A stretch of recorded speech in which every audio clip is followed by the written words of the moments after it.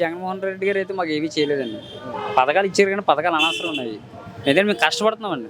రాజన్ అంటే అభిమానం, గణేష్ నుండి పిచ్చి, ఇప్పుడు కూడా చచ్చిపోతాం. మాకు వాళ్ళే మామూలు నాయకులు చెప్తున్నారు కానీ తెలుగుదేశం కంచుకోట అదే కొడుతుంది ఇప్పుడు కూడా. పబ్లిక్ మనం ఏదైతే వాగ్దానం ఇస్తున్నామో అది ప్రజలు చేస్తే రేపు అన్న రోజున ఆ నాయకుడు మాకు రావాలని కోరుకుంటారు. గారు వచ్చే ఛాన్సెస్ 100కి 99% ఉంటుందండి. అభివృద్ధి చేసే విషయంలో కొన్ని తప్పులు చేశారని మేము అనుకుంటున్నాం. పవన్ కళ్యాణ్ గారు కూడా మంచి పట్టుదలతో ఉన్నాడని ఆయన అసెంబ్లీలోకి వెళ్ళాలి. జగన్మోహన్ రెడ్డి కొట్టడానికి ఒక 5-6 పార్టీలు కలిసి మనోడిని ఎదిరిస్తున్నారంటే మనోడు ఎంత దన్నుంటే కొడతారన్న. గెలిచిన వారికే ప్రజలు, గెలిచిన తర్వాత మీరెవరు శేఖర్ రెడ్డి గారు కూడా అభివృద్ధి బాటలో రాష్ట్రాన్ని అభివృద్ధి చేయడానికి ముందుకు నడిపించారు. అంటే ఏ నాయకులు వచ్చినా ప్రజలకి చేసేది ఏమీ లేదు. ఎవరి స్వార్థం వాళ్ళే చూసుకుంటున్నారు. శేఖర్ రెడ్డి గారు కూడా అభివృద్ధి బాటలో రాష్ట్రాన్ని అభివృద్ధి చేయడానికి ముందుకు నడిపించారు. అలాగే 14 ఏళ్ళు సీఎంగా చేసిన చంద్రబాబు నాయుడు గారు కూడా అభివృద్ధి పదంలో ఉమ్మడి రాష్ట్రంలో నడిపించారు. జగన్కి కంపేర్ చేస్తే one of the senior from Chandrababu Naidu కాదండి. ఆయన 9 years చేసినప్పుడు ఈ విధంగా డెవలపింగ్ మనకేం చూపించలేదండి. ఆయన ఎవరు చేసినా పబ్లిక్కి హెల్ప్ఫుల్గా ఉండాలి, నలుగురు మెచ్చేలాగా ఉండాలి. అంతే తప్ప ఏ నాయకులు వచ్చినా చేసేది ఏమీ లేదండి. వాళ్ళ గెలుపు వాళ్ళు చూసుకుంటారు అంతే. రాష్ట్రం బాగుపడాలి, నా తెలుగు ప్రజలు బాగుపడాలి, వాళ్ళు అభివృద్ధి చెందాలి, వాళ్ళ ఉపాధి పెరగాలి. ఈ డ్రగ్ మాఫియా, ఈ సెటిల్మెంట్ భూదందాల మాఫియా, శాండ్ మాఫియాలు అన్నీ తరిమి కొట్టాలి. ఆ డబ్బుని ప్రజలకు పంచాలి. దానికి సరైన నాయకుడు ఎవరు అంటే చంద్రబాబు నాయుడు గారు, పైన మోడీ గారు. కళ్యాణ్ గారు కూటమి ద్వారా 23 సీట్లకి తను తగ్గి చంద్రబాబు నాయుడు గారు సపోర్ట్ చేయడం జరుగుతుంది. అదేవిధంగా వీళ్ళు ముగ్గురు కలిసి ఏమన్నా ప్రభావం కలిగే విధంగా అతను ఓడించే అవకాశం ఉందా జగన్మోహన్ రెడ్డి? ఈ కూటమి అనేది నా ఉద్దేశ ప్రకారం ఏంటంటే అండి, ఇప్పుడు దాకా కూటమి లేదండి. ఏంటంటే జగన్మోహన్ రెడ్డి గారు ఉన్నారండి, కేంద్రం నుంచి ఒక నిధి కూడా తేలేకపోయారండి. ఆయన ఏమీ చేయలేకపోయారు. అది ఇప్పుడు ప్రభుత్వం చంద్రబాబు నాయుడు గారు వచ్చారనుకోండి, కేంద్రం నుంచి నిధులు తెచ్చి ఇంకా ఉద్యోగాలు ఇంకా వస్తాయని, తర్వాత మహిళలకు ఇంకా మంచి జరుగుద్దని, అయితే చదువుకున్న యువతకు ఇంకా బాగా జరుగుద్దని, ఇంకా ఇప్పుడు వచ్చే రోజుల్లో ఇంకా బాగా జరుగుద్దని మేము ఆశిస్తున్నాం అండి. ఎందుకంటే కేంద్రం సపోర్ట్ జరుగుద్ది. నేను ఏపీకి మంచి రోజులు వచ్చే రోజులు ఉన్నాయి. ఇప్పుడు మనకి రాజధాని లేదండి. ఇప్పుడు కేంద్రంతో పొత్తు పెట్టుకున్నది చంద్రబాబు నాయుడు రాజధానికి అభివృద్ధి చేయడానికి ఆయన పొత్తు పెట్టుకున్నాడని. అలాగే పవన్ కళ్యాణ్ గారు కూడా మంచి పట్టుదలతో ఉన్నాడని ఆయన అసెంబ్లీలోకి వెళ్ళాలి. వెళ్తే కానీ ఈ ప్రభుత్వానికి ఒక మంచి రోజు వచ్చిందని జరుగుద్దండి. ఇప్పుడు ఈ జరిగే ఎలక్షన్స్లో ఎవరు ఎమ్మెల్యే అభ్యర్థికి గెలిచే అవకాశం ఉందంటారు? ఇప్పుడు చూస్తే కనుక తెలుగుదేశం రాష్ట్రం ఎలా ఉందో కంచుకోట ఇది రాజమండ్రి, ఇప్పుడు కూడా అదే జరుగుతుంది. తర్వాత వైసీపీ వాళ్ళు కొంచెం ఉన్నా అభివృద్ధి అంటున్నారు కానీ అభివృద్ధి లేదు. అదే ఓన్లీ అభివృద్ధి అని మాట అంటున్నారు కానీ అది లేదు. జనాల్లో నానుడి లేదు. మామూలు నాయకులు చెప్తున్నారు కానీ తెలుగుదేశం కంచుకోట అదే కొడుతుంది ఇప్పుడు కూడా. ఒక పక్క భర్త గారు కూడా ఎంపీగా చేసినప్పటికీ ఆయన ఇలా డెవలప్ చేశాను, అలా డెవలప్ చేశాను అని చెప్పడం జరిగింది. అది ఎంతవరకు నిజం? ఆ ఒక్క కారణంతో ఆయనకి ఏమైనా గెలిచే అవకాశం ఏమన్నా? అభివృద్ధి చేశారంటే అభివృద్ధి ఆల్రెడీ అప్పుడే కాదు, ఎప్పటి నుంచి స్టార్ట్ అయిందండి. ఇక్కడ మాకు చూసుకుంటే మా మెయిన్ రోడ్డు ఆల్రెడీ మాకు అభివృద్ధి పేరుతో ఇవన్నీ వేసి చాలా ఇబ్బంది పెట్టేశారు. మాకు లైట్ కానీ ఎయిటింగ్ కానీ మొత్తం సెంట్రల్ లైటింగ్ ఎయిటింగ్ కానీ అటువంటి ఇప్పటికి మీ మెయిన్ రోడ్డు వ్యాపారస్తులుగా ప్రారంభంగా కూడా మేము చాలా ఇబ్బంది పడ్డాం. దాని అభివృద్ధి అనాలా ఇబ్బంది పడాలా అనేది మిగతా వాళ్ళు చూసుకోవాలి అంతే.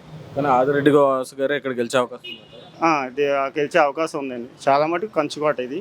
ఇప్పుడు మారరు, జనాలు అయితే మారరు. రౌడీజం కూడా పెరిగిందని కూడా చాలా నాండు ఉంది, చాలా జనాల్లో కూడా వెళ్ళింది. అదే జరుగుతుంది అనుకుంటున్నారు. ఇప్పుడు రాష్ట్ర పరంగా చూసుకుంటే ఒక పక్క చంద్రబాబు నాయుడు గారు, ఒక పక్క జగన్మోహన్ రెడ్డి గారు కానీ పోటీ చేస్తున్నారు. వీళ్ళిద్దరిలో ముఖ్యమంత్రి అభ్యర్థిగా గెలిచే అవకాశం ఎవరికి ఉందంటారు? ముఖ్యమంత్రి అంటే మనమేంటే రాజమండ్రి వాళ్ళకి చెప్పగలం. రాష్ట్ర స్థాయిలో కూడా ఎలాగ ఉంటుందని అనుకుంటున్నారు చాలామంది. ఎందుకంటే వ్యాపారస్తులు ఎవరైనా మ్యాక్సిమం ఏంటంటే వ్యాపారస్తులు కానీ ఉద్యోగస్తులు కానీ ఛాన్స్ లేదు. మ్యాక్సిమం అయితే వ్యతిరేకంగా ఉన్నారు సామాన్య ప్రజలకు వైసీపీ మీద. తెలుగుదేశం పార్టీ వచ్చే అవకాశం మనకు తెలియదు కదా, మన రాష్ట్ర స్థాయిలో తిరగము. మా ఇక్కడ వరకు మేము చెప్పగలం అంతే. ఎవరు గెలిచే అవకాశం ఉందంటారు? ఎవరు వచ్చినా సార్ ఒకటే, పబ్లిక్ ఎవరు హెల్ప్ ఏం చేయట్లేదండి. టీడీపీ వస్తుంది, వైసీపీ గెలుస్తుంది. కానీ పబ్లిక్ లాగే, ప్రజల్లాగే ఉంటున్నారు, లేబర్ లాగే ఉంటున్నారు. ఒక మురికాలు ఉందంటే సందేశం చెప్పమంటే ఎవరు రారు. ఎలక్షన్ టైంలోనే వచ్చి ఏది అడుగుతున్నారు తప్ప ఎలక్షన్ అయిపోయాక వాటికి ఎవరు చూస్తారు. పోయినసారి బుచ్చి చౌదరి గారు గెలిచారు ఈ వాటికి. ఆయన గెలిచినప్పుడు కనిపించారు, మళ్ళీ ఇప్పుడు వచ్చి కనబడలేదు ఎలక్షన్. కానీ ఏంటంటే పబ్లిక్ మనం ఏదైతే వాగ్దానం ఇస్తున్నామో అది ప్రజలు చేస్తే రేపు అన్న రోజున ఆ నాయకుడు మాకు రావాలని కోరుకుంటారు.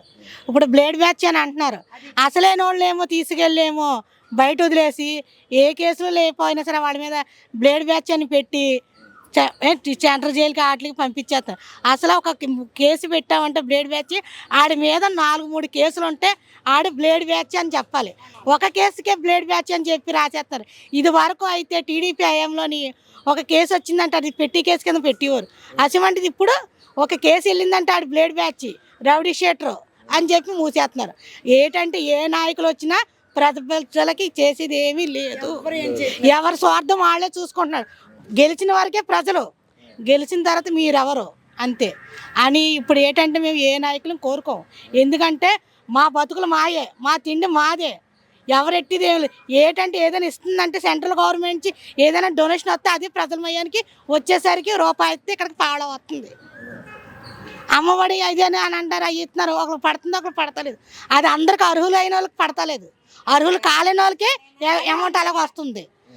అలాగా ఒకరు అర్హులా కాదని చూసిదేనా, అర్హులా కాదని చూసేస్తే అది ఇంకా మంచిది. ఇప్పుడు భర్త ఉన్నాడండి, చనిపోయాడు. వయసులో ఉన్నప్పుడు ఇంకో పని చేసుకోగలదు కానీ ఇంకో వ్యక్తిని పెళ్లి చేసుకుంటుంది, ఏదైనా సహాయం ఉంటుంది అమ్మాయి.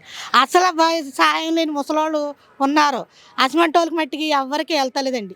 పబ్లిక్ తరపున మట్టికి ప్రజలకి సహాయం వెళ్ళేదంటే వాడు అర్హులా కాదని చూసి ఇవ్వాలి. ఇప్పుడు ఆ అమ్మాయి కష్టపడుతుందంటే ఆ అమ్మాయి భర్త లేడు కాబట్టి కష్టపడుతుంది, అటువంటి అమ్మాయికి చెయ్యతలాగా ఇవ్వాలి. అలా కాకుండా భర్త ఉండి మొగుడు లేడని రాస్తుంటుంటే అసలు ఉన్నాడా లేదో కూడా ఎంక్వైరీ లేకుండా పెన్షన్లు ఇచ్చేస్తున్నారు. ఏంటంటే ఎవరు చేసినా పబ్లిక్కి హెల్ప్ఫుల్గా ఉండాలి, నలుగురు మెచ్చేలాగా ఉండాలి, అంతే తప్ప ఏ నాయకులు వచ్చినా చేసేది ఏమీ లేదండి. వాళ్ళ గెలుపు వాళ్ళు చూసుకుంటారు అంతే అంతే. ఇద్దరులో గెలిచే అవకాశం ఎవరికి ఉంది, ఎవరు ఎమ్మెల్యేగా గెలుస్తారంట? దానికన్నా ముందు జక్కంపూడి రాజానే గెలుతాడు. రాజన్న యుద్ధం అయితే రాజనే, ఎందుకంటే మేము రాజన్ అంటే అభిమానం, గణేష్ నుండి పిచ్చి, ఇప్పుడు కూడా చచ్చిపోతాం. మాకు వాళ్ళే. తర్వాత మా అన్నయ్య కిరణ్ అన్నయ్య జిమ్ కిరణ్ అన్నయ్య. ఎందుకంటే మేము రాజన్న సరే తర్వాత రాజన్న సరే జిమ్ కిరణ్ అన్నయ్య సరే మేమైతే చచ్చిపోతాం. ఈ రాజమండ్రి అభివృద్ధి అంటే భర్తకి వెళ్ళాలంటే గణేష్ అన్నని సపోర్ట్ చేస్తే అవలల్లో గెలుతారు, నిజంగా గెలుతారు. అది పైన జగన్మోహన్ రెడ్డి గారు సపోర్ట్ ఉంటే అదే గణేష్ అన్నకి కానీ రాజన్ చెప్తే ఈజీగా గెలిచేస్తారు అన్న. అలాగే ఇప్పుడు పైన చూసుకుంటే రాష్ట్రపరంగా జగన్మోహన్ రెడ్డి గారు వస్తారు, చంద్రబాబు నాయుడు గారు వస్తారు. జగన్మోహన్ రెడ్డి వస్తారన్న. అన్న ఏంటంటే ఒకసారి నువ్వు ఆలోచించు, మనకి చాలా దన్ను ఉందన్న, నిజంగా దన్ను ఉంది. 10 మంది మనల్ని కొడతారు, 10 మంది మనం వచ్చి కొట్టారంటే మన దమ్ము ఎంతో మనం ఆలోచించాలి. అదే విషయంలో ఒక్క జగన్మోహన్ రెడ్డి కొట్టడానికి ఒక 5-6 పార్టీలు కలిసి మనోడిని ఎదురెత్తున్నారంటే మనోడు ఎంత దన్ను ఉంటే కొడతారన్న. ఒక 40 సంవత్సరాలు అధికార పార్టీ ఉన్న చంద్రబాబు గారు కానీ, తర్వాత పవన్ కళ్యాణ్ సార్ ఉన్నారు, అతను సినిమా పరంగా ఇదంతా ఉంది. అలాంటిది జగన్మోహన్ రెడ్డి గారు ఏదో ఒక సీఎం గారు కొడుకు అతను కొట్టడానికి ఇంత ఇలా చేస్తున్నారంటే ఒక చిన్న విషయం ఆలోచించింది. మన భారతదేశంలోనే ఉన్న ప్రధానమంత్రి గారు వచ్చి ఇంత పోరాడుతున్నారు, ఇంత చేస్తున్నారంటే మనం ఆలోచించాలి. అంటే జగన్మోహన్ రెడ్డికి ఇబ్బంది పెడుతున్నారు, కానీ అతను గెలుస్తారని కన్ఫర్మ్ గెలుస్తారు. ఇదే విషయంలో జనాలు ప్రతి వ్యక్తికి రూపాయి ఇచ్చారు. అతను అన్ని సంవత్సరాలు పాదయాత్ర చేసి తిరిగి ఉండి ప్రతి దానిలో ప్రతి విషయం చెప్పారు, అదే ప్రతిదీ చేశారు. నిరుద్యోగులు అంటావన్నా అతను మళ్ళీ వస్తే కన్ఫామ్గా అది మొత్తం చేస్తారన్న. కానీ ఏంటంటే ఉన్న ఇబ్బందులు, దీనికోసం మనం కూడా జనాల కోసం ఆలోచించాలి. కరోనా టైంలో ఇప్పుడు సినీ వాళ్ళు వస్తున్నారు కదండి. ఇప్పుడు కరోనా టైంలో అందరూ హైదరాబాద్లో ఉన్నారన్న. కరోనా టైం వచ్చినప్పుడు ఎవరు ఇచ్చారన్న? బియ్యం కానీ ఏమన్నా ఎవరు ఇచ్చారు? ఇంటింటికి పాపం వాలంటీర్లు పెడితే ఇచ్చారన్న. వీళ్ళు వచ్చారా? ఎవరు వచ్చారు? లేదు కదా. అది కూడా జనాలు ఆలోచించుకుని ఓటేయాలి అంతే. ఇక్కడ ముఖ్యమంత్రిగా రాష్ట్రంలో జగన్మోహన్ రెడ్డి గారు వస్తారు, చంద్రబాబు నాయుడు గారు వస్తారా? చంద్రబాబు వస్తాడు. చంద్రబాబు గారు. ఎందుకని? ఎందుకంటే కొద్దిగా కొత్త వాడిని చూడాలని కొంతమంది కోరుతున్నారు. దాని గురించి కొద్దిగా ఆయన అభివృద్ధి చేస్తే చేయవచ్చు, కానీ ఇన్ని కూడా ఒకసారి చూద్దామని అనుకుంటున్నారు. ఎందుకంటే 4 పార్టీలు ఒకటేని కదా, దాని మీద కొద్దిగా బలంగా ఉందని. మరి అలాగే ఇప్పుడు ఇక్కడ ఎమ్మెల్యేగా భర్త గారు మార్కన్ భర్త గారు తెలుసు కదా, ఒక పక్క ఆదిరెడ్డి వాసు గారు నిలబడుతున్నారు. ఎవరు ఎమ్మెల్యేగా గెలిచే అవకాశం ఉందంటారు? ఇక్కడండి తెలుగుదేశం ఆయనే వస్తాడు, ఆదిరెడ్డి వాసు గారేనా? ఆదిరెడ్డి వాసు. ఎందుకని? ఎందుకంటే అయినా కూడా ఎప్పుడు పోటీ చేయలేదు, దాని గురించి ఆయన రావాలని కోరుకుంటున్నారు. అదే క్యాస్ట్ ఫీలింగ్ ఒకటి వస్తుంది. ఎలమా అంటే కొద్దిగా పలుకుబడి ఎక్కువ అందుకని దానికి. ఇద్దరిలో ఎమ్మెల్యే క్యాండిడేట్గా ఎవరు గెలిచే అవకాశం ఉంది?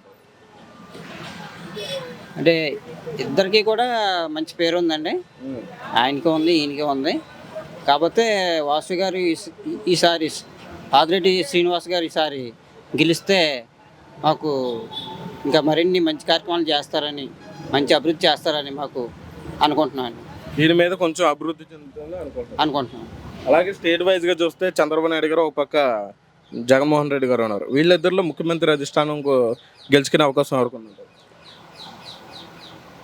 అంటే చంద్రబాబు నాయుడు గారు మొదటి నుంచి అభివృద్ధి బాగా చేస్తున్నారు. మధ్యలో ఈయన ఓడిపోవడం వల్ల ఆయన ఆగిపోయారు. మళ్ళీ ఆయన గెలిస్తే ఆయన అభివృద్ధి చేస్తారని మేము అనుకుంటున్నాం. ఆయన అక్కడ వచ్చే అవకాశం ఉంది. అవును. జగన్మోహన్ రెడ్డి గారు రారంటారా? రారని కాదండి, ఆయనకి బలం ఉంటే ఆయన వస్తారు, ఈయనకి బలం ఉంటే బాగుండదు మీ అభిప్రాయం. ఎవరు ఎమ్మెల్యే గెలిచే అవకాశం ఉంది? మార్గన్ భరత్ గారు అయితే మొత్తం సిటీకి బాగానే ఆయన చేశారండి. కానీ ఆదిరెడ్డి వాసు గారు ప్రజల్లో మమేకం ఎక్కువండి. ఆయనకి అందరూ కావాలి. మాకు మా జట్టు మేస్త్రులకి ఎక్కువగా ఆయన మాకు బాగా ఇదిగుంటారు. మాకు ఆదిరెడ్డి వాసు గారు రావాలని కోరుకుంటున్నామండి. అంటే మీకు అందుబాటులో ఉండే వ్యక్తేనా? అందుబాటులో ఉండే వ్యక్తి అండి మాకు. ఆయన వస్తే కొంచెం బాగుంటుందండి. అంటే ఏ చిన్నదానికైనా ఆయన రియాక్ట్ అవుతాడండి ఎక్కువ. ఆయన మాకు వాళ్ళ మదర్ ఉండేవారండి, ఇంతకుముందు చైర్పర్సన్ కింద. ఆవిడ చాలా ఇదిగా బాగా చేశారండి. ఇప్పుడు ఆదిరెడ్డి భవానీ గారు కూడా చేశారండి. వాసు గారు ఇంకా చేస్తారు, ఇంకా బాగా చేస్తారని నమ్మకంతో మాకు ఉన్నామండి. అలాగే ఇప్పుడు చంద్రబాబు నాయుడు గారు ఒక పక్క జగన్మోహన్ రెడ్డి గారు సీఎం పదవి కోసం పోటీ చేస్తారు. వీళ్ళిద్దరిలో నెక్స్ట్ వచ్చే అభ్యర్థి ఎవరంటారు ముఖ్యమంత్రి గారు? జగన్మోహన్ రెడ్డి గారు అయితే మాకు ఏమీ చేయలేదండి. పథకాలు ఇచ్చారు కానీ పథకాలు అనవసరం ఉన్నాయి. ఏదైనా మేము కష్టపడుతున్నామండి. జట్టు మేస్త్రికి ఏ పథకం లేదండి. మామూలుగా అయితే అమ్మఒడి ఏది అంటున్నారు కదండి, అమ్మఒడి కాదండి. మా కష్టపడ్డ వాళ్ళకి ఏది న్యాయం జరగలేదండి. అయితే చంద్రబాబు నాయుడు గారు రావాలని మేము కోరుకుంటున్నామండి. బాగుంటుందండి. చంద్రబాబు నాయుడు గారు వస్తే బాగుంటుందండి. ఇద్దరిలో నెక్స్ట్ ఎమ్మెల్యేగా గెలిచే అవకాశం ఎవరికి ఉంది? ఇద్దరిలో ఎవరికి ఉన్నాయంటే అండి 50-50 ఛాన్స్ ఉన్నాయండి. పూర్తిగా అన్నది అవి ఏం చెప్పలేమండి. ఇద్దరు కూడా క్యాండిడేట్లు మంచోళ్ళే. ఆల్రెడీ ఈయన ఆదిరెడ్డి అప్పారావు గారు అబ్బాయి ఆదిరెడ్డి వాసు గారు, మాజీ ఎమ్మెల్సీ. అలాగే భవానీ గారు అంటే మాజీ ఎమ్మెల్యే గారు భర్త. ప్లస్ ఆదిరెడ్డి ఈయన మార్గాన్ భరతరామ్ గారు అంటే ఆల్రెడీ ఎంపీ క్యాండిడేట్లో ఉన్నాయి. ఆయనకి ఈయనకి 50-50 ఉన్నాయండి. కానీ ఏదన్నది పూర్తిగా మేమే చెప్పలేకపోతున్నాం. ఏదన్నా రావచ్చు. కానీ ఏదొచ్చినా ఓకేనా? ఏది వచ్చినట్టు ఓకేనండి, దానికే ఉంది. మీ సంపూర్ణ మద్దతు ఎవరు? మా సంపూర్ణ మద్దతు అంటే మేము జగన్గా అనుకుంటున్నాను. నేను ఈ నియోజకవర్గం నాకు తెలియదండి, నా ఒపీనియన్ అడిగారు కాబట్టి చెప్తున్నాను. ఇప్పుడు మరి చంద్రబాబు నాయుడు గారు ఇప్పుడు ముఖ్యమంత్రిగా ఒక పక్క జగన్మోహన్ రెడ్డి గారు పోటీ పడుతున్నారు. ఇద్దరిలో మళ్ళీ ప్రభుత్వం స్థాపించేది ఎవరు ముఖ్యమంత్రిగా అంటే ఎక్కువ అవకాశాలు సర్వేలు కూడా పేపర్ చదువుతాం కాబట్టి జగన్మోహన్కి ఎక్కువగా ఉన్నట్టుగా నేను నిన్న కూడా యూట్యూబ్లో చూస్తే 142, 146 సీట్లు అన్నట్టుగా చూశాను యూట్యూబ్లోని. మరి నేను అదే నమ్ముతున్నానండి. మరి ఇప్పుడు కూటమి కూడా కలిసి వస్తున్నారు. చంద్రబాబు నాయుడు గారు, ఓ పక్క పవన్ కళ్యాణ్ గారు, బీజేపీ పార్టీ. ఎంత మేరకు ఆయన మీద ప్రభావం చూపుతుంది? ఎంతవరకు గెలిచే అవకాశాలు ఏమైనా ఉన్నాయా? కూటమి ప్రభావం ఏమి చూపదండి నా ఉద్దేశ ప్రకారంగా. ఆల్రెడీ ఈయన చేసున్నాడు, పథకాలు ఇచ్చాడు చాలా మటుకి. చంద్రబాబు కూడా పథకాలు పెట్టారు కానీ అంటే ఈయనకంటే ఎక్కువ బడ్జెట్ అవుతుందని ఇప్పుడు ఉన్న సీఎం గారు అంటున్నారు. మరి సీఎం గారు జగన్ గారు పెట్టిన పథకాలకే డబ్బు సాలలేదు, ఎక్కువ సరిపోదు అన్నప్పుడు ఈయన పెట్టిన పథకాలకి ఇంకా ఎక్కువ అమౌంట్కి వచ్చేస్తున్నాడు. ఈయన ఎలాగ ఇవ్వగలడండి? అది నా ఉద్దేశం. మళ్ళీ జగన్ గారు వస్తారు అనుకుంటున్నాను సార్ నేను. ఇప్పుడు రానున్న ఈ ఎన్నికల్లో ఎమ్మెల్యే అభ్యర్థి గెలిచే అవకాశం ఎవరిదో ఉంది? నాకు తెలిసిన మటుకి 99% మన భర్త గారి మీదే కనపడుతుంది సార్. ఎంటైర్ ముస్లిం అంతా కూడా మేము భర్తకే వేస్తామండి. అలాగా నేను కూడా భర్తకి వేస్తాం, మా ఫ్యామిలీ కానీ ఊర్లో కానీ జనాలు కానీ అంతా భర్త గారికి వేస్తారండి. ఎందుకంటే మాకు తెలిసిన మట్టుకి డెవలపింగ్ అన్నది కళ్ళ ముందు కనిపిస్తుందండి. ఏం జరిగింది, ఎలా ఉంది, ఒక లేడీ నైట్ రోడ్డు మీద నడిచి వెళ్ళిపోవాలి అంటే ది రోడ్డు మాత్రం బీభత్సంగా వేయించారండి. లైట్లు హీటింగ్ పెట్టి దేనికి బెదరకుండా లేడీ హ్యాపీగా నడుచుకొని ఇంటికి వెళ్ళిపోవచ్చు. రోడ్లు కానీ లైటింగ్ కానీ డిపార్ట్మెంట్ సపోర్ట్ కానీ మేమైతే భర్త గారు వచ్చే ఛాన్సెస్ 100కి 99% ఉందండి. ఇక్కడ ఈ ప్రాంతంలోనే ఈ ప్రభుత్వం ప్రాంతంలో కొంచెం ఇక్కడ బ్లేడ్ బ్యాచ్ ఇవన్నీ ఎక్కువ అన్నారు కదా, అవి ఎవరి వల్ల అంటారు? ఈ ప్రభుత్వం వల్ల అంటారు, లేకపోతే ఇక్కడ జరుగుతున్న యువతల మార్పుల వల్ల అంటారు? యువతల మార్పులు కాదండి, జాబులు లేక కొంచెం మందు తాగడం, ఆ డ్రగ్స్ అలవాటు పడడం, దాని మీద వాడు ఏం చేస్తున్నాడో తెలియక ఆడు ఏదో చిన్న బ్లేడ్ పట్టుకున్నాడు, బ్లేడ్ బ్యాచ్. ఆడు బ్లేడ్ బ్యాచ్ కాదు అసలు. కొంచెం మందు తాగాడుకోండి, ఆ సైకోలాగా బిహేవ్ చేయడం, ఒక కత్తి పట్టుకోవడం, బ్లేడ్ పట్టుకోవడం, ఆడు బ్లేడ్ బ్యాచ్. అది కాదండి, బ్లేడ్ బ్యాచ్ అన్నది అంత రియల్గా లేరు. ఒకప్పుడు ఉండేది, ఇప్పుడు అంతా కూడా కామ్ అయిపోయిందండి. బ్లేడ్ బ్యాచ్ అన్నది ఎక్కడా లేదు. బ్లేడ్ బ్యాచ్ని అరికట్టాలి అంటే ఎవరి వల్ల కాదండి. ఎందుకంటే వాళ్ళకి జాబులు లేవు, నీడ్ ద జాబ్స్ లేవు వాళ్ళకి. ఏంటంటే వాళ్ళు తల్లిదండ్రులు పుష్యం లేక, చదువుకోలేక, మందు తాగితే ఒకలాగా, డ్రగ్స్ వేసుకుంటే ఒకలాగా, ఆ ఇంజక్షన్ చేసుకుంటే ఒకలాగా, రకరకాలుగా బిహేవ్ చేస్తున్నారు సార్. దట్ ఈజ్ కానండి. ఎక్స్పెషల్లీ వీడి బ్లేడ్ బ్యాచ్ అందరు నోటంలో కూడా ఆడు గట్టిగా మాట్లాడితే ఆడు మొఖం చూసి వీడు బ్లేడ్ బ్యాచ్. వాళ్ళు ఏం చూస్తారో తెలియదు. వాడు బ్లేడ్ బ్యాచ్ కాదు, వాడు మానసికంగా చితికిపోయాడు. వాడు ఫాదర్ బాగాలేక, మదర్ బాగాలేక, వాడు చదువుకోలేక ఈ విధంగా తయారైంది. That is blade batch problem. అలాగే ఇప్పుడు మనకి స్టేట్ వైజ్గా చూసుకుంటే ముఖ్యమంత్రికి ఎవరు వచ్చే అవకాశం ఉంది? లేదు సార్, ఎక్కడ చూసినా సరే కొంచెం లేడీస్ కానీ జెంట్స్ కానీ ఎంప్లాయీస్ ఏదో అలా అలా అంటారు కానండి, వాళ్ళంతా లబ్ధి పొందిన వాళ్ళు కాబట్టి. సీక్రెట్గా జరిగేది ఏంటంటే సార్, ఎవరు ఏమనుకున్న మనసులో మాట టీడీపీ అనడం కొంతమంది అంటారు కదండి, ఆ క్యాబిన్లోకి వెళ్ళాక మొత్తం అందరూ ఫ్యాన్కే గుర్తేస్తారండి. That is 100కి 99%. ఎందుకంటే అది లబ్ధి పొందారండి అందరూ. ఏమందో ఒక ఎంప్లాయీ కూడాను సెకండ్ ఫ్యామిలీ పెట్టుకొని షీఈ్ గెట్టింగ్ వైట్ కార్డ్, ఆవిడని పెట్టుకుని వైట్ కార్డు, ఆవిడకి ఆడపిల్ల చదువుతుంది, ఒక హ్యాండిక్యాప్ట్ కుర్రాడు, వాడికి ఏదో బెనిఫిట్. నేనే పొందానండి, నేను కూడా పొందుతున్నాను. చెప్పబడమే, నేను ప్రైవేట్ కంపెనీ ఎంప్లాయీ అయినా సరే నేను లబ్ధి పొందుతున్నాను. ఇప్పుడున్న సిచ్యువేషన్లో అయితే నాకు నాట్ సో బ్యాడ్. అది విషయం. మరి ఇప్పుడు కూటమితో బీజేపీ పార్టీ కానీ, అలాగే జనసేన పార్టీ కానీ, టీడీపీ పార్టీ కానీ కూటమితో వస్తున్నారు. ఎంతవరకు ఈయన మీద ప్రభుత్వం ఏమైనా చూపించే అవకాశం ఉందా? ఇది అంతా సార్ పొలిటికల్ అన్నది, సీఎం చేయడం అన్నా ఏం చేయాలన్నా సరే అనుభవం కావాలి, ఎక్స్పీరియన్స్ కావాలి. ఈయన సినిమాలో నుంచి బయటకు వచ్చి నేనేదో చేసేస్తాను, నేనేదో ఇచ్చేస్తాను అన్నది that is wrong way. CM చేయాలి అంటే కొన్ని రూల్స్ అండ్ రెగ్యులేషన్స్ ఉంటాయి, కొన్ని అకౌంట్స్ ఉంటాయి, కొన్ని సిస్టమేటిక్స్ ఉంటాయండి. ఆ వే ఆఫ్ టాకింగ్ కూడా తెలియాలి అండి. మనం ఎంతవరకు మాట్లాడాలి, మనం ఏం చేయాలి, ఎలా మాట్లాడాలి, మనకు హోదా ఏంటి అన్నది తెలియాలండి. తెగనండి సినిమా నుంచి వచ్చేసి డైరెక్ట్గా నేను సీఎం అయిపోతానంటే సినిమా కాదండి. సినిమా అంటే ఒక 3 hours ఆ యాక్షన్ ఇస్తారు, చెయ్యాలి, అంతవరకు. ఇది సినిమా కాదండి, దిస్ ఈజ్ లైఫ్, ఇది కంట్రీ లైఫ్ అండి. ఇది అదే అండి, మీరు అన్నట్టు ఆయన అయితే 23 సీట్లకి ఒప్పుకొని సీఎం పదవి నుంచి పక్కకు తప్పుకున్నారు. కానీ చంద్రబాబు నాయుడుకి అనుభవంతో పోల్చుకుంటే 3 రేట్లు ఎక్కువే కదా. ఈయన అనుభవం ముందు ఆయన అనుభవం సరిపోదు. వన్ ఆఫ్ ది సీనియర్ అండి. చంద్రబాబు నాయుడుకి జగన్కి కంపేర్ చేస్తే one of the senior from Chandrababu Naidu కాదండి. ఆయన 9 years చేసినప్పుడు ఈ విధంగా డెవలపింగ్ మనకేం చూపించలేదండి. ఆయన సీఎం నేను అవుతే ఎలక్షన్లో ఆయన ఏదో వాగ్దానాలు పెట్టాడు, 9 చేస్తాను అన్నాడు, చేసుకొచ్చాడు. ఆయన చేసిన తర్వాత నేను పెంచుతాను, నేను చేస్తాను, నేను ఇస్తాను, ఒకటి చెప్పాక చెప్పడం కాదండి. ఈయన 9 yearsలో ఈ విధంగా డెవలపింగ్ చేయలేకపోయాడు. ఈయన వచ్చిన దాని నుంచి కూడా చేసుకెళ్ళాడు.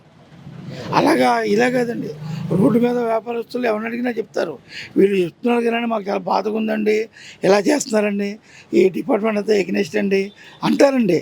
కానీ ఇంట్లోకి వెళ్తే ఫ్యామిలీతో మాట్లాడితే మాత్రం షీఈ్ all getting to change from Jagan. Yes, 100%. ఇద్దరు ఎమ్మెల్యేగా గెలిచే అభ్యర్థి ఎవరంటారు? అయితే మాకు తెలిసినంత వరకు మేము చూస్తున్న విధానాల్లో ఇక్కడ రాజమండ్రి ఎప్పుడు కూడా తెలుగుదేశం పార్టీ అవే కొనసాగుతుంది. అది అది కాంగ్రెస్ పార్టీ ఉమ్మడి ఆంధ్రప్రదేశ్లో అయినా సరే, ఇప్పుడు ఆంధ్ర రాష్ట్రం విడిపోయిన తర్వాత అయినా సరే, మన తూర్పుగోదావరి జిల్లా ఎప్పుడు కూడా తెలుగుదేశం పార్టీ ఆధిక్యంలోనే ముందుకెళ్తుంది. కానీ వేరే పార్టీలు అంత అవగా కొనసాగించే ఇది లేదు. ఇక్కడ తెలుగుదేశం పార్టీకి ఎక్కువ ఆదరణ పట్టు ఉన్న జిల్లా ఇది అని మా అభిప్రాయం. ఇప్పుడు ఆ ఆదరణ అభిమానం ఆ పట్టు ఇప్పుడు మన ఆదిరెడ్డి వాసు గారికి ఏమన్నా చేకూర్చుకుని ఆయన విజయం గెలిచే అవకాశం ఏమైనా ఉందంటారు? రాజమండ్రిలో అంటేనే గత ఎలక్షన్లో మీరు చూసుకుంటేనే వైఎస్ఆర్ పార్టీ 152 సీట్లు వచ్చిన గాలిలోనే రాజమండ్రి రూరల్ 2 నియోజకవర్గాలు కూడా తెలుగుదేశం పార్టీ కైవసం చేసుకుంది. ఆ దశలో చూసుకుంటే రాజమండ్రి ఓటింగ్ శాతంకి వస్తే 28,000 ఓట్లు మైనస్లో ఈ ఎమ్మెల్యే ఇప్పుడు వైఎస్సీపీ ఎమ్మెల్యే అభ్యర్థి భరతరామ్ గారు మైనస్లో ఉన్నారు ఆ రోజున ఎంపీ ఓటింగ్ శాతంలో. అలాగే 32,000 ఓట్లు తెలుగుదేశం పార్టీ మెజార్టీ సాధించింది. ఈ రకంగా చూసుకుంటే 60,000 ఓట్లు పైచీలకు ఇప్పుడు ఆయన సంపాదించుకున్న విధానంలో ముందుకెళ్తే తెలుగుదేశం పార్టీని ఢీకొనే విధానంలోకి రాగలుగుతారు. లేదంటే తెలుగుదేశం పార్టీ ఎప్పుడు ఉన్న ఓటు బ్యాంకు ఉన్నది, ఇంకా పెరిగింది. ఇప్పుడున్న ఈ పరిపాలన విధానం వల్ల పెరిగింది. అందులో భాగంగా విజయం తథ్యం అని ఆదిరెడ్డి వాసు గారు మేము అనుకుంటున్నాం. ఆదిరెడ్డి వాసు గారు వస్తారు అనుకుంటున్నాం. ఆదిరెడ్డి వాసు గారు మార్గన్ భర్త గారు కూడాను ఆయన నేను ఇది చేశాను అవి చేశాను ఇలా డెవలప్ చేశాను రాజమండ్రిలో, అది ఎంతవరకు కరెక్ట్? ఆయన ఆధీనంలోనే ఆయన ప్రభుత్వ పనితీరులోనే ఇదంతా జరిగింది అనుకుంటున్నారు. అంటే ఆయన అభివృద్ధి చేశాను అని అంటున్నారండి. అభివృద్ధి చేశాను అనే విషయంలో, అభివృద్ధి చేసే విషయంలో కొన్ని తప్పులు చేశారని మేము అనుకుంటున్నాం. అవి ఏంటంటే, అభివృద్ధి చేసే విషయంలో రాష్ట్ర ప్రభుత్వ సహకారం ఎంతవరకు ఉందా అనేది మీడియా మీకు తెలుసు. ఆయన అభివృద్ధి చేసిన నిధులన్నీ కూడా కేంద్ర ప్రభుత్వాన్ని, అంటే ఇప్పుడున్న ఎన్డీఏ ప్రభుత్వాన్ని, ఎన్డీఏ అంటే బీజేపీ ప్రభుత్వాన్ని, ఈ బీజేపీ ప్రభుత్వం నిధులు తీసుకొచ్చి ఆ నిధులలో అరకొర పనులు, అవి కూడా యువతకు ఉద్యోగ అవకాశాలు కల్పించే పనులు కాదు, చిరుద్యోగులకి ఉపాధి కల్పించే పనులు కాదు, మహిళలకు ఉపాధి అవకాశాలు కల్పించే పనులు కాదు, కేవలం ఆకర్షణీయంగా అదొక మనం ఎక్కడో ఫారిన్ కంట్రీస్లో డెవలప్ అయిన కంట్రీలు, చిన్న కంట్రీలు ఉంటాయి కదండి, అక్కడ ఏదో ఆహ్లాదం కోసం వాళ్ళు టూరిజం హబ్బులుగా ఏర్పాటు చేసుకుంటారు. అటువంటి విధానంలో ఆయన కొంచెం ఓవర్ థింక్ ఆలోచించి అత్యధిక జనాభా ఉన్న రాజమండ్రి వ్యాపార సామ్రాజ్యం, రాజమండ్రి నగరం అంటేనే వాణిజ్య విభాగ సామ్రాజ్యం. ఇలాంటి వ్యాపార విధాన రాజమండ్రిలో ఆయన ఏదో ఒక టూరిజం హబ్ కింద దాన్ని ఏదో ఫ్యాషన్ షోలకి ఉపయోగపడే విధంగా తీర్చిదిద్దడం, అవి యువతకి కానీ మధ్యతరగతి వాళ్ళకి కానీ ఒక మహిళల ఉపాధికారులకు కానీ రోడ్డు మీద చేసుకునే చిరు వ్యాపారులకు కానీ ఏ విధమైన ఉపయోగకరమైన యోగ్యమైన పనులు కాదనేది మా అభిప్రాయం, జనాల అభిప్రాయం కూడా. ఇప్పుడు రాష్ట్ర పరంగా చూసుకుంటే ఇప్పుడు చంద్రబాబు నాయుడు గారు ఒక పక్క జగన్మోహన్ రెడ్డి గారు పోటీ చేస్తున్నారు. ఇద్దరిలో ముఖ్యమంత్రి అభ్యర్థిగా గెలిచే అవకాశం అవుతుంది. ముఖ్యమంత్రి అభ్యర్థిగా అంటే మీరు గతంలో చూసే ఉంటారు, 14 సంవత్సరాలు ముఖ్యమంత్రిగా చేశారు ఉమ్మడి రాష్ట్రంలో కలిపి చంద్రబాబు నాయుడు గారు. అలాగే వైఎస్ రాజశేఖర రెడ్డి గారు కూడా 2004లో ధర్మిలా 2009 చేశారు. తర్వాత తదుపరి పరిణామాల వల్ల ఆయన చనిపోవడం జరిగింది. సరే, ఇరువురిని చూసుకున్నా సరే రాజశేఖర రెడ్డి గారు కూడా అభివృద్ధి బాటలో రాష్ట్రాన్ని అభివృద్ధి చేయడానికి ముందుకు నడిపించారు. అలాగే 14 ఏళ్ళు సీఎంగా చేసిన చంద్రబాబు నాయుడు గారు కూడా అభివృద్ధి పదంలో ఉమ్మడి రాష్ట్రంలో నడిపించారు. ఆ విషయానికి వస్తే ఈరోజు హైదరాబాద్నే చూసుకుందాం. 1,20,20,00,000 మంది అక్కడ ఉపాధి పొందుతున్నారు ఈ రోజుని. ఇక్కడ చదువుకున్న విద్యార్థులు చాలామంది హైదరాబాద్లో ఈ రోజుని, ఆంధ్రాలో ఓట్లు ఉన్న వాళ్ళు కూడా హైదరాబాద్లో స్థిరపడి ఈ రోజుని అక్కడే ఉద్యోగాలు చేసుకునే పరిస్థితి. అయితే ఈ పరిణామంలో మనం ఆడపిల్లల్ని మగపిల్లల్ని అంటే దూరం పంపించుకోవడం, ఆడపిల్లల్ని పంపించడం కష్టం కదండి ఈ రోజుల్లో. ఇప్పుడున్న మన ఎలక్ట్రానిక్ మీడియా ఈ విధానాలు అవి చూసుకుంటే, టెక్నికల్గా చూసుకుంటే ఆడపిల్లల్ని బయటికి వెళ్తే ఏ విధంగా ప్రమాదాలు జరుగుతున్నాయని మనం గుర్తిస్తున్నాం. అటువంటి విధానంలో కూడా ఈ రోజుని పొట్టకూటి కోసం ఆడపిల్లల్ని హైదరాబాదు మరియు బెంగళూరు ఇతర రాష్ట్రాలకి ఉద్యోగం నిమిత్తం పంపించుకోవాల్సిన అవసరం మనకు చేకూరింది. దానికి కారణం ఏదండి? 2019 నుంచి 24 వరకు కూడా ఈ వైసీపీ ప్రభుత్వం జగన్ గారు అభివృద్ధి అనేది, ఉద్యోగ అవకాశాలు అనేది, ఉపాధి అవకాశాలు అనేది యువతకు కల్పించకపోవడం వల్లే కదా ఈ దౌర్భాగ్యం పట్టింది. లేదంటే ఆంధ్ర రాష్ట్రంలోని ఉద్యోగాలు దొరికేలా ఉంటే ఇక్కడే విద్యార్థులు ఉపాధి చేసుకొని వాళ్ళు పరిశ్రమలు తీసుకొచ్చుంటే ఇక్కడే అవకాశాలు చేజిక్కించుకొని వాళ్ళ కుటుంబాన్ని నెట్టుకొచ్చే అవకాశం కలిగాను కదా. కాకపోతే ఇతర రాష్ట్రాలకు వెళ్ళి ఈ రోజున వలసలో వెళ్ళి అక్కడ ఏ విధమైన భయం, ఎప్పుడు ఏం జరుగుతుందనే ఆందోళనతో కుటుంబం కోసం ఉద్యోగాలు చేసుకుంటూ గడుపుతున్నారు. అదే చంద్రబాబు నాయుడు గారు వస్తే ఆయనకి చెట్టుని పాతడం తెలుసు, వాటికి ఫలాలు పండించడం తెలుసు, ఆ ఫలాలని విక్రయించి దాని ప్రతిఫలం ప్రజలకి ఇవ్వడం కూడా తెలుసు. అటువంటి విజన్ ఉన్న వ్యక్తి ఆయన.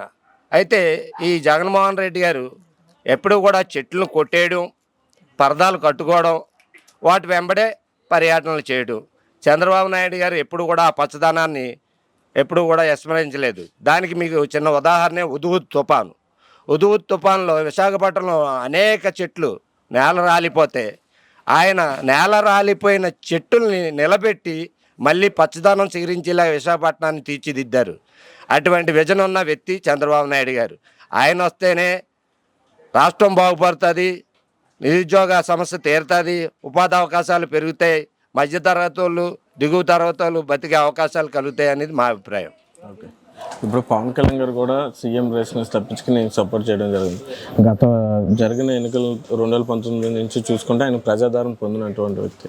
ఒకవేళ సింగిల్గా వచ్చిన 30-40 సీట్లు అయితే ఆయన తథ్యం గెలుస్తారు. కానీ అటువంటి వ్యక్తి 23 సీట్లకి అంకితం చేసుకుని సపోర్ట్ చేయడం గల కారణం ఏంటి? ఇప్పుడు ఆయన పిఠాపురంలో నిలబడినప్పటికీ ఆయన గెలుస్తారు.